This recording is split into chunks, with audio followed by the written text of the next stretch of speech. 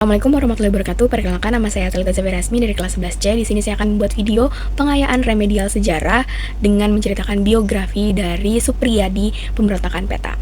Kita lanjut aja ke penjelasannya. Supriyadi lahir di Trenggalek pada tanggal 13 April 1923. Supriyadi lahir di keluarga yang cukup menengah ya teman-teman, karena ayahnya adalah seorang pejabat.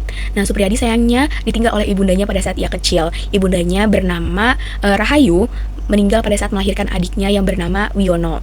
Ayahnya bernama Darmadi. Ayahnya bernama Darmadi menikah kembali dengan ibu tirinya yaitu Susile. Nah, Supriyadi lahir sejak kecil dia sudah memiliki jiwa patriotik, karena pada saat dia kecil dia diberikan wejangan oleh kakeknya tentang nilai-nilai kepahlawanan. Jadi dia memiliki jiwa patriotik yang sangat tinggi ya teman-teman. Nah, ditambah lagi dia disekolahkan di sekolah-sekolah yang cukup menengah nih teman-teman, karena ayahnya seorang pejabat. Jadi dia memiliki lumayan peluang lah di sekolah yang cukup tinggi gitu. Dia sekolah di ISL, itu setara dengan SD. Lanjut dia sekolah di Mulo, setara dengan SMP. Lalu dia sekolah di Pamong Praja di Magelang. Tetapi pendidikan sipilnya ini itu sempat terhalang karena masuknya ke pendudukan Jepang. Setelah itu dia lanjut sekolah di sekolah menengah tinggi. Setelah dia sekolah di menengah tinggi, dia melakukan pelatihan militer pemuda di Seinen Dojo, yaitu di Tangerang. Nah, selanjutnya pada bulan Oktober 1943 dibuatlah organisasi militer yaitu PETA. PETA dibuat oleh Jepang nih teman-teman. Tujuannya PETA ini tuh untuk apa? Tujuan PETA ini untuk menjaga daerah kekuasaan Jepang di Indonesia oleh tentara sekutu. Nah, habis itu akhirnya Supriyadi masuk ke PETA. Nah, dengan perjuangan dia, kerja keras dia, dan pendidikan sebelumnya, akhirnya Supriyadi menjabat sebagai letnan di PETA. Nah, setelah ia menjabat sebagai letnan di PETA ini, dia dipindah tugaskan ke Blitar di Jawa Timur. Tugasnya itu di sana untuk mengawasi para tentara Romusa. Nah, setelah ia melihat tentara Romusa tuh kerja gimana, dia tuh merasa dia tuh merasa pekerja Romusa ini tuh diperlakukan tidak baik karena diperlakukan kasar, kerjanya nggak mengenal waktu, disuruh kerja terus-terusan. Terus habis itu perempuan sipilnya aja tuh, perempuan Indonesianya tuh dilecehin sama tentara Jepang. Dan nggak cuma warga Indonesianya aja, tentara petanya juga diminta untuk hormat ke tentara Jepang yang pangkatnya tuh lebih rendah gitu daripada orang-orang Indonesianya ini di peta, diminta untuk hormat. Nah, dari hal-hal tersebut akhirnya ngebuat Supriyadi untuk melakukan pemberontakan.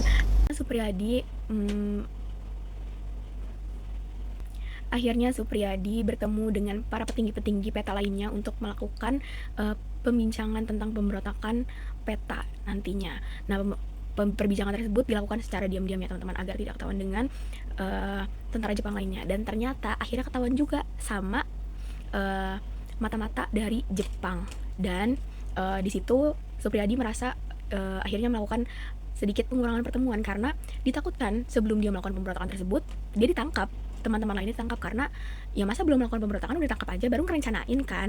Nah, akhirnya beberapa satu pekan sebelum terjadi pemberontakan tersebut, akhirnya Supriyadi melakukan pertemuan dengan Soekarno, karena Soekarno sedang pulang kampung ke Blitar nih. Akhirnya Supriyadi mengeluarkan niatnya untuk melakukan pemberontakan, menceritakan lah gitu kalau misalnya saya mau melakukan pemberontakan nih ke Jepang kepada Soekarno. Tetapi Soekarno menolak itu, tidak boleh katanya, karena pasukan peta itu lebih sedikit daripada Jepang, takutnya gagal nantinya. Tetapi dengan jiwa pemuda yang berusia 20 tahun ini, dengan jiwa patriotik yang sangat tinggi, ingin Indonesia merdeka ini, akhirnya tetap terjadi pemberontakan tersebut di tanggal 13 Februari 1945. Akhirnya di malam hari itu dengan tekad sekuat tenaga, akhirnya Supriyadi melakukan oke, ini gagal maupun enggak, berhasil atau enggak pemberontakan ini, kita harus melakukan. Akhirnya di tanggal 14 Februari 1945 di jam 3 dini hari akhirnya terjadilah pemberontakan tersebut gitu.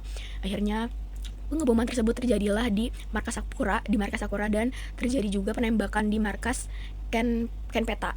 Nah, tetapi teman-teman, akhirnya dua tempat tersebut udah kosong, gak ada perwira, gak ada tentaranya sama sekali, dan gagal karena ya di situ gak ada tentara, gak ada perwiranya, karena pemerintah Jepang udah mengosongkan tempat tersebut dan udah tahu kalau misalnya Supriyadi udah merencanakan hal tersebut.